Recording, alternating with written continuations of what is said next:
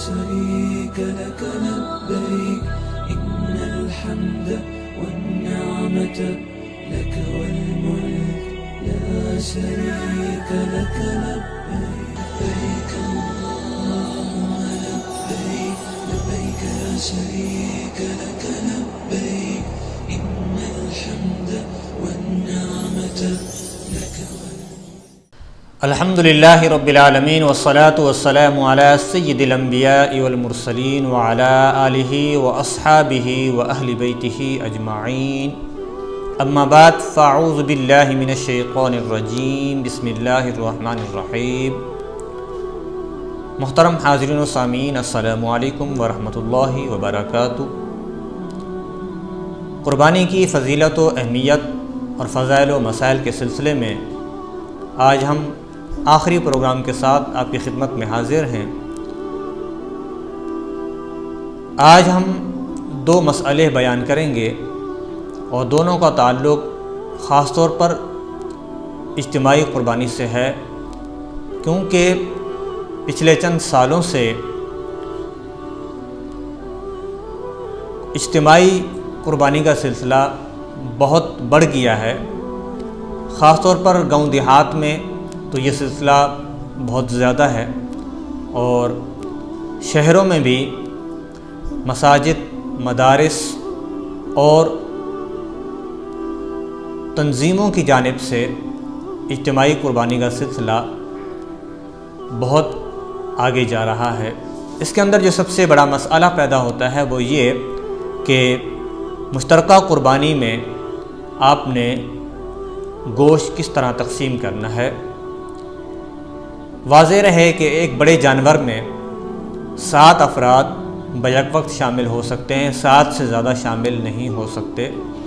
اور جب قربانی ہو جائے تو 7 حصے داران کا جو گوشت ہے اس کو برابر برابر تقسیم کیا جائے۔ ہر چیز جو قابل تقسیم ہے، جس کے حصے کیے جا سکتے ہوں اس کے حصے کرنے چاہیے۔ اور یہاں پر اگر یہ ذہن میں ہو کہ اگر کسی کو کچھ زیادہ حصہ چلا گیا، کسی کو کم چلا گیا، تو وہ ایک دوسرے کو معاف کر دیں گے، تو یہاں معافی نہیں دی جا سکتی، کیونکہ یہ شرع کا حکم ہے، اور عند شرع آپ کو معاف کرنے کی اجازت نہیں ہے۔ اس لیے ضروری ہے، چاہے وہ گوشت ہو، چاہے وہ کلیجی ہو، چاہے وہ اور جو چیز قابل تقسیم ہے، اس کے برابر برابر تقسیم ہونی چاہیے، اور برابر برابر حصے ہونے چاہیے، اور کوئی شخص دوسرے کو معاف نہیں کر سکتا۔ ہاں، البتہ یہ ضرور ہے کہ تقسیم ہونے کے بعد جب برابر برابر تقسیم ہو گیا اور حصے بڑھ چکے ہیں، تو اس کے بعد اگر کوئی شخص اپنا حصہ کسی اور کو دینا چاہے، حصے میں سے کچھ دینا چاہے، تو اس بات کی اجازت ہے، کیونکہ اب اس کا وہ مالک ہے، اب وہ اس کو حصہ دیا جا سکتا ہے، اور اس کے اندر کسی کو معاف کرنے کا اختیار نہیں ہے۔ آپ کی قربانی ہو چکی ہے، اور قربانی کے بعد آپ کے حصے میں جو گوشت آیا ہے، اب اس کی تقسیم کس طرح ہونی چاہیے؟ تو آپ کے حصے کی جو قربانی ہے، جتنا گوشت ہے، شریعت کے مطابق اس کے 3 حصے ہونے چاہیے، اور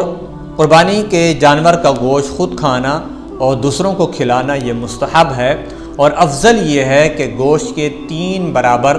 حصے کیے جائیں، ایک حصہ اپنے گھر والوں کے لیے، ایک حصہ فقیروں اور غریبوں کے لیے، اور ایک حصہ اپنے دوست، احباب، رشتہ داروں کے لیے مخصوص کیا جائے۔ اگر قربانی کا سارا گوشت صدقہ کر دیا جائے یا تقسیم کر دیا جائے تو یہ بھی جائز ہے، اور اگر آپ کے گھر والے، آپ کے اہل و عیال، آپ کا خاندان بہت بڑا ہے تو پھر اس صورت میں اگر آپ قربانی کا سارا گوشت خود رکھنا چاہیں تو یہ بھی جائز ہے، لیکن یہ قربانی کے فلسفے، قربانی کی روح اور قربانی کی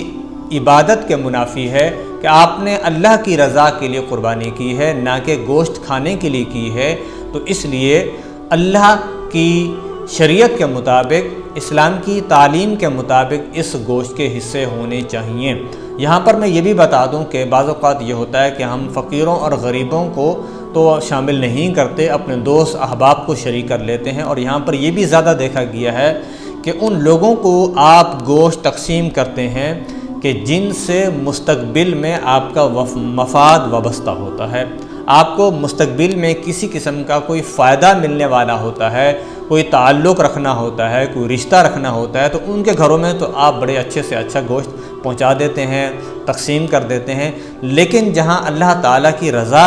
کا معاملہ ہوتا ہے تو وہاں ہم لوگ پیچھے ہٹ جاتے ہیں۔ تو ایسا نہیں ہونا چاہیے، بلکہ خالصتاً اللہ تعالیٰ کی رضا کے لیے گوشت کی تقسیم ہونی چاہیے۔ یہاں پر یہ واضح رہے کہ اگر آپ کا خاندان بہت بڑا ہے، گھر والے بہت زیادہ ہیں، تو پھر آپ سارا کا سارا گوشت بھی رکھ سکتے ہیں۔ ہم نے جتنے بھی پروگرامات کیے ہیں آپ نے اس کو پسند کیا ہے، سراہا ہے،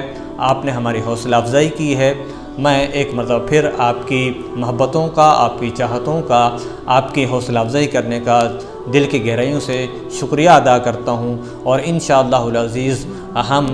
مستقبل میں کسی نئے پروگرام کے ساتھ آپ کی خدمت میں حاضر ہوں گے۔ اپنے تجاویز اور اپنے کمنٹ سے ہمیں ضرور نوازی گا۔ آپ کے پسندیدگی کا بہت بہت شکریہ۔ اپنا اور اپنے گھر والوں کا بہت سارا خیال رکھیے گا، ہمیں اپنی دعاؤں میں یاد رکھیے گا۔ السلام علیکم ورحمۃ اللہ وبرکاتہ۔ لك لبيك إن الحمد والنعمة لك والملك